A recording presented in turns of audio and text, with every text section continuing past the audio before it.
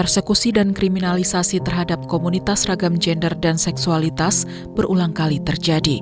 Di beberapa wilayah di Jawa Timur, polisi menangkap sejumlah orang hanya karena membuat grup komunitas ragam gender di Facebook. Di Jakarta dan Bogor, polisi menggerebek acara pertemuan dengan melabelinya sebagai pesta seks sesama jenis. Di Aceh, hukuman cambuk masih diberlakukan bagi kelompok minoritas seksual. Teranyar kekerasan yang menargetkan kelompok lelaki homoseksual gay lewat akun-akun siber G-Hunter. Salah satu korban kriminalisasi, Ungu, bukan nama sebenarnya, bercerita kepada kami tentang proses pemeriksaan yang tidak berperspektif hak asasi manusia. Aku samperin karena polisi bilang, udah lo cek darah. Cek untuk apa nih, gue bilang gitu. Untuk tes HIV, ya udah tes aja HIV-nya, aku bilang gitu kan. Padahal sebenarnya harusnya nggak boleh. Ada kode etiknya. Harus dilakukan secara sukarela. Tapi ini kan pemaksaan. Lu dibongkar di depan semua orang yang tadinya anak-anak nggak ada yang tahu dia positif. Akhirnya tiba-tiba mereka pada tahu.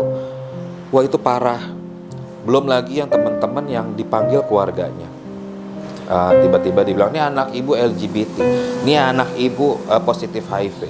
Sama polisinya. Ungu adalah korban penggerebekan acara komunitas ragam gender di sebuah villa di Megamendung, Bogor, Jawa Barat. Video penggerebekan viral di media sosial. Beberapa media memberitakan acara bertajuk Big Star Got Talent itu sebagai pesta seks sesama jenis. Penggerebekan dan framing jahat terlanjur menyisakan trauma mendalam bagi individu komunitas. Ketika melihat polisi, tidak hanya di kantor polisi, ketika di luar dia merasa ketakutan dan stres ketika melihat polisi. Ingat kasus itu, dia stres karena di luar gitu. Dari data yang dihimpun LSM Arus Pelangi, angka persekusi dan kriminalisasi yang dialami kelompok ragam gender setiap tahun cenderung meningkat.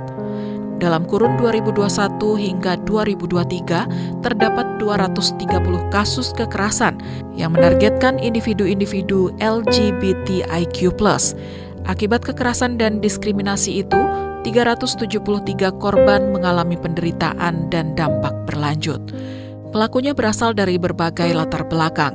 Selain masyarakat umum, institusi pemerintah dan aparat penegak hukum juga andil melakukan kekerasan secara fisik, seksual, dan verbal.